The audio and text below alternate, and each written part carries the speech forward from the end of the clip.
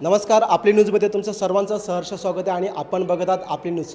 आज आपण आलो आहोत नूतन विद्या मंदिर उंबरोळी या शाळेमध्ये आणि या शाळेमध्ये येण्याचं एक महत्त्वाचं कारण म्हणजेच 53व तालुकास्तरीय विज्ञान प्रदर्शन आपल्या या शाळेमध्ये होत आहे आणि दिनांक 12 डिसेंबर 2025 ते दिनांक 13 डिसेंबर 2025 या 2 दिवसामध्ये विज्ञानाचं संपूर्ण प्रदर्शन या अनेक शाळांनी या कार्यक्रमामध्ये भाग घेतलेला. आपल्यासोबत दळवी सर आहेत जे पालघर गणित विज्ञान मंडळांचे सदस्य आहेत. आपण त्यांच्याकडून जाणून घेऊया. सर नमस्कार. आपली न्यूजमध्ये तुमचं सर्वांचं स्वागत आहे. नमस्कार सर. सर आज या ठिकाणी जो कार्यक्रम होतोय 53वा तालुकास्तरीय विज्ञान प्रदर्शन, तर नक्की या कार्यक्रमाची पार्श्वभूमी काय आहे? 53व तालुका विज्ञान प्रदर्शन मागच्या 1 महिन्यापासून आम्ही होस्ट शाळा निवडत होतो की कोणती शाळा हे आयोजन करू शकत असेल. मी सर्वप्रथम ग्रामीण शिक्षण संस्था उंबरोळीचे खूप खूप धन्यवाद मानेन की त्यांची नूतन विद्या मंदिर उंबरोळी या शाळेमध्ये पालघर तालुका विज्ञान मंडळ तसेच पंचायत समिती पालघर शिक्षण विभाग यांच्या वतीने संयुक्त विद्यमानाने हे 53वे तालुकास्तरीय विज्ञान प्रदर्शन आयोजित करण्यात आले. फक्त आयोजनासाठीच ही जागा नाही तर या संस्थेने भरभरून योगदानही दिलेलं आहे. एकूण 73 प्राथमिक, 40 माध्यमिक, दिव्यांग 1 आणि शिक्षक शैक्षणिक साहित्य असं मिळून 125 स्पर्धक या स्पर्धेमध्ये उपलब्ध आहेत. आता या विज्ञान प्रदर्शनाच्या निमित्ताने किमान 500 शिक्षक आणि विद्यार्थी मिळून इथे उपस्थित आहेत. या सर्वांचं भोजनाची व्यवस्थाही याच नूतन विद्या मंदिर उंबरोळी या प्रशालेत या संस्थेतर्फे दिलेली आहे. त्याबद्दल आम्ही गणित व विज्ञान अध्यापक मंडळातर्फे त्यांचे खूप खूप ऋणी आहोत आणि आभारी मानतो आहोत. याशिवाय एक दर्जेदार आपण प्रदर्शन पाहत आहोत जे अंधश्रद्धा निर्मूलनाबद्दल संदेश देत आहे संपूर्ण भेट देणाऱ्या विद्यार्थ्यांसाठी. आतापर्यंत सकाळपासून 500 विद्यार्थी याचा लाभ घेतच आहेत आणि परिसरातील सर्व शाळा व्हिजिट देऊन विज्ञान प्रदर्शन, बालवैज्ञानिक यांच्या कलाकृती आणि अंधश्रद्धा निर्मूलन प्रदर्शन याचा लाभ घेत आहेत.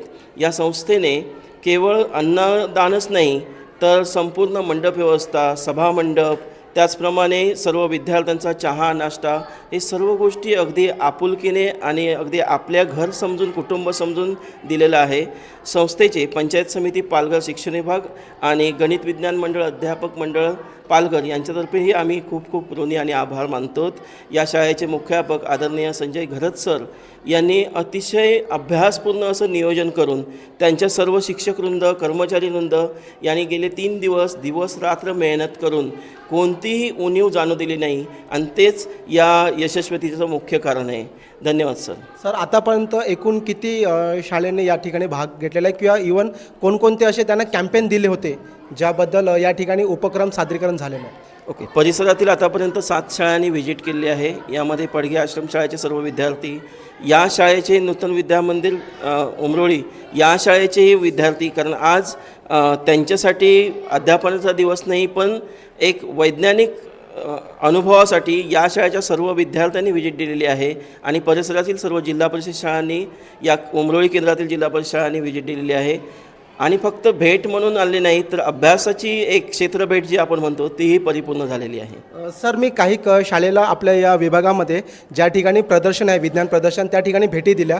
त्या ठिकाणी अशा काही असे कॅम्पेनसुद्धा आहेत की ज्याच्याने व्हॅक्यूम क्लिनरचं आहे किंवा सेंद्रिय खतचं आहे. तर असे विविध जे उपक्रम तयार करतात जेणेकरून येणारा जो आपण भारत महासत्तेकडे घेऊन जातो आहे, परंतु विज्ञानाच्या भरोश्यावरती आपण घेऊन जाताना लहान मुलांमध्ये आत्तापासून हे शिक्षण रुजवणं कितपत योग्य आहे? बघा, लहान मूल विद्यार्थी हा पाया आहे आणि वैज्ञानिक दृष्टिकोनासाठी विज्ञान प्रदर्शन याच्या इतकं सुंदर कोणतंच उपक्रम होऊ शकत नाही. आणि याशिवाय या विज्ञान प्रदर्शनात जे विद्यार्थी बालक भाग घेत असतात आणि येत असतात पाहण्यासाठी, ते सुद्धा यातून काही वैज्ञानिक दृष्टिकोन घेत असतात. त्यांना वेगवेगळे उपक्रम, वेगवेगळ्या नवकल्पना आणि प्रेरणा मिळत असतात.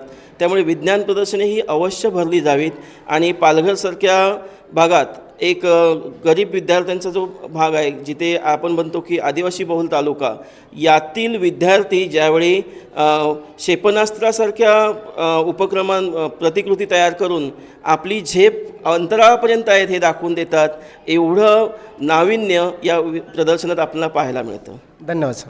धन्यवाद.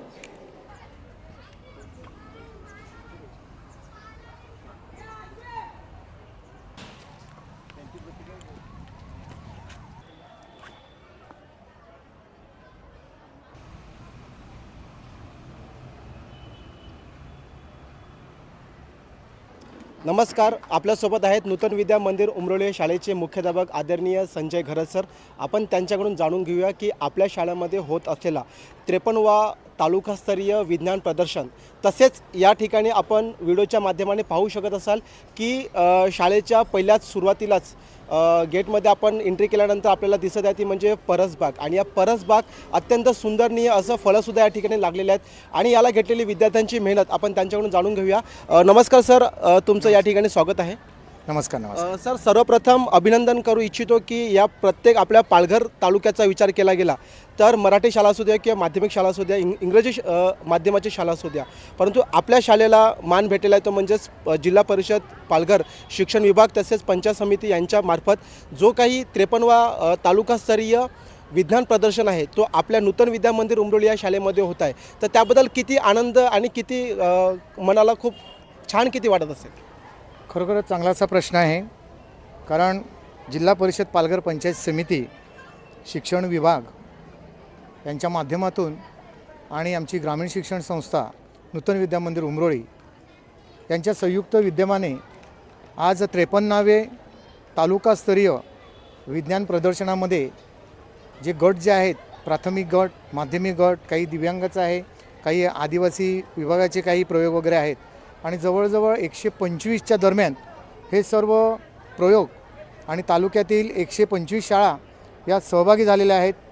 शिक्षण खात्यातील सर्व त्यांची जी टीम जी आहे ती टीम आणि आमच्या ग्रामीण शिक्षण संस्थाचे पदाधिकारी, शालेय शिक्षण समिती उमरोळीचे जे काही अध्यक्ष पदाधिकारी असतील यांची जी टीम आज जवळजवळ गेली 20 ते 25 दिवस झाले या विज्ञान प्रदर्शनासाठी मेहनत घेत आहे आणि खूप असा आनंद वाटतो की आमची एक ग्रामीण भागातील शाळा, जवळजवळ या ग्रामीण भागामध्ये आदिवासी समाजातील बहुल विद्यार्थी येथे शिक्षण घेत आहेत आणि जवळजवळ 402 विद्यार्थी 5वी ते 10वीच्या दरम्यान शिक्षण घेत आहेत आणि अशा या आमच्या शाळेची निवड केल्याबद्दल आम्ही त्यांची ऋणी आहोत आणि खूप असा आनंद वाटतो आहे. सर, हा जो तालुकास्तरीय विज्ञान जो प्रदर्शन आहे तो दिनांक 12 डिसेंबर 2025 ते दिनांक 13 डिसेंबर 2025 2 दिवसचं नियोजन आणि त्यामध्ये सर्व एक म्हणजे एक दबाव असतो की तालुकास्तरीय आणि जिल्हास्तरीय जो काही विज्ञान प्रदर्शन आहे तो आपल्या शाळेला मान भेटलेला आहे आणि सर्व त्याचं नियोजन, कारण की आपण मुख्याध्यापक आहात, मग संपूर्ण नियोजन असेल की आपल्या ग्रामीण शिक्षण संस्थेचे जे संचालक आहेत किंवा त्यांची पूर्ण कमिटी असेल, इवन आपल्या शिक्षकांची जी पूर्ण समिती असेल, मग यांचा समन्वय एक साधून एक आपल्याला मोठा कार्यक्रम करायचा आहे. मग हे 2 दिवसाचा हा जो कार्यक्रम करत असताना काय काय त्याच्यामध्ये प्रिकॉशन घेतलेले किंवा कोणकोणत्या उपाययोजना केल्या असतील किंवा काय तयारी केली असेल? आता असे जे काही कार्यक्रम वगैरे जे आहेत आपल्या म्हणजे आमच्या शाळेमध्ये विविध असे उपक्रम होत असतात. सहशालेय उपक्रम खूप होतात. दिंडीसारखा कार्यक्रम असो किंवा वेगवेगळे जे नवीन जे उपक्रम विद्यार्थ्यांकडून आपण करून जे घेतो आहे त्यासाठी जी काही आर्थिक मदत आणि जे पाठबळ जे असतं ते आमच्या संस्थेकडून तर आम्हाला मिळतच असतं. संस्थेकडून म्हणा, शालेय शिक्षण समिती म्हणा, एक नवीन असं काय आमच्याकडे एक चॅलेंज आलेलं असतं आणि ते आम्ही जबाबदारीने स्वीकारतो आहे आणि आमचे विद्यार्थी, माझे सर्व शिक्षक, शिक्षकेतर कर्मचारी एक असा एक आनंद असा वाटतो आहे की हे एक आम्ही पूर्ण हिरिरीने त्याच्यामध्ये सहभाग घेत असतो. सर, आपण बघत आहेत की आपल्या या शाळेच्या पटांगणामध्ये समोरच दिसते ती परसबाग. मग या परसबाग ती बियातून आता फळामध्ये रूपांतर झालेली आहे. ह्याला काय किती मेहनत घेतली असेल सर्व तुमचे समिती असेल किंवा विद्यार्थी असेल त्याने जो घेतलेला सहभाग आणि आज त्याला फळामध्ये रूपांतर होतं आहे? असं आहे की प्रधानमंत्री पोषण शक्ती जी योजना जी आहे या योजनेअंतर्गत इयत्ता 1ली ते 8वीपर्यंतचे जे विद्यार्थी आहेत त्यांना शालेय पोषण आहार, मध्यान्ह भोजन जे आपण म्हणतो आहे ते आपल्याला द्यायचं असतं आणि त्या हेतूने एक सेंद्रिय शेतीची निर्मिती व्हावी म्हणून आम्ही इथे एक परसबागेची आणि आयुर्वेदिक रोपवाटिका ही निर्माण केलेली आहे. यासाठी संपूर्ण या सेंद्रिय जे खत जे आहे त्या सेंद्रिय खतांचा वापर करून आम्ही पालेभाज्या ज्या आहेत, आता आपण पाहतच असाल या पालेभाज्यांमध्ये जर बघितलं तर इथे मुळा भाजी आहे, इथे पालक आहेत, मेथी आहे, लाल माठ आहे, त्याच्यानंतर कोथिंबीर वगैरे जे आहे की याचा वापर आम्ही जे पोषण आहार जो बनवला जातो त्याच्यामध्ये डाळींमध्ये म्हणा किंवा इतर भाज्यांमध्ये त्या पालेभाज्यांचा आपण वापर करतो आहे आणि पूर्ण सेंद्रिय खत असल्याकारणाने चांगलं असं पौष्टिक अन्न ह्या विद्यार्थ्यांना त्या ठिकाणी मिळतं. शिवाय आज नवीन आधुनिक पद्धतीची जी शेती करत असतानाच इथे एक गाईचं आणि म्हैशीचं जे शेण जे आहे ते वापरून ते व्यवस्थित असे वाफे तयार केलेले आहेत. शिवाय ड्रीप टाकलेले आहे, म्हणजे पाण्याचा वापर जो आहे पाण्याचा त्या रोपांनाच वापर झाला पाहिजे, पाण्याचा दुरुपयोग न होणार नाही याची आम्ही काळजी घेतलेली आहे. शिवाय मल्चिंग पेपर जो लावलेला आहे त्याच्यामध्ये गवत वगैरे जे असेल त्याची वाढ वगैरे होत नाही. शिवाय बाष्पीभवन जे आहे ते कमी प्रमाणात होतं आणि चांगली अशी रोपं या ठिकाणी झालेली आहेत. तुम्ही पाहत असाल की इथेच बघा या ठिकाणी आपल्याला मिरच्या आलेल्या झाडाला दिसतील. मग या मिरचीचा वापरसुद्धा आम्ही या परसबागेत करतो आहे. या पालेभाज्या आहेत इथे, पण टोमॅटो वगैरे समजा ही या ठिकाणी लागलेले आहेत. आणि याच्याच जोडीला आयुर्वेदिक जे झाडं जे आहेत ते आयुर्वेदिक झाडांचे फायदे काय आहेत, त्याचं महत्त्व काय आहे त्याचेसुद्धा फलक या ठिकाणी लिहिलेले आहेत. इथे फुलपाखरं वगैरे जी आहेत त्यांनासुद्धा ते बटरफ्लाय त्या झाडांवर बसावेत म्हणून तिथे आम्ही चांगली अशी झाडं त्यांच्यासाठी लावलेली आहेत. शिवाय ही जी रोपं जी आहेत ह्या रोपांवर विशेषतः काही कीटक बसू नयेत त्यासाठी ही झेंडूची रोपं म्हणजे त्यांच्यावर कीटक बसतील आणि चांगल्या पद्धतीची रोपं लावून परसबाग या ठिकाणी निर्माण केलेली आहे. आणि सर्व ही जे जीवामृत जे आहे ही खत निर्मिती या ठिकाणी केली जाते. माझ्या शिक्षकांचं सहकार्य, शिक्षकांचं मार्गदर्शन आणि सर्व विद्यार्थ्यांच्या माध्यमातून ही परसबाग आम्ही या ठिकाणी करतो आहे. विशेष बाब म्हणजे की सर्वच्या सर्व याची काही भाजी असेल ती काय आपण पोषण आहारामध्ये एकाच दिवशी टाकू शकत नाहीत, म्हणून आम्ही काय करतो आहे तर मध्यान्ह जी सुट्टी जी असते त्याच्यामध्ये मग अशा 10-10 रुपयाच्या जुड्या करून आम्ही ते विक्रीसाठी मधल्या सुट्टीत ठेवतो आहे. आणि आत्ताच म्हणजे जवळजवळ ही आम्ही जी परसबाग लावली त्याच्यामध्ये पालेभाज्या ही विक्री करून विद्यार्थ्यांनी जवळजवळ 850 रुपये आजपर्यंत जमा केलेले आहेत. तर अशी कमी जागेमध्ये आम्ही जास्तीत जास्त फळभाज्या लावण्याचा प्रयत्न आमचा मानस आहे. सर, तालुक्यामध्ये नव्हे तर राज्यामध्ये ज्याला आपण माझी शाळा मुख्यमंत्री अभियान जो झाला ज्याच्यामध्ये शाळेची निवड झाली आणि त्या शाळेमध्ये नूतन विद्या मंदिर उमरोली या शाळेचं प्रथम क्रमांक आलं. मग त्यावेळेस नक्कीच हा संपूर्ण मेहनतीचा भाग म्हणून तुम्हाला कुठेतरी एक शाबासकी आणि थाप मुख्यमंत्री माझी शाळा जी निवडण्यात आली त्याच्यामध्ये नूतन विद्या मंदिर उमरोली या शैक्षणिक वर्षामध्ये जे नाव कोरलं असेल त्याबद्दल सर काय वाटतं?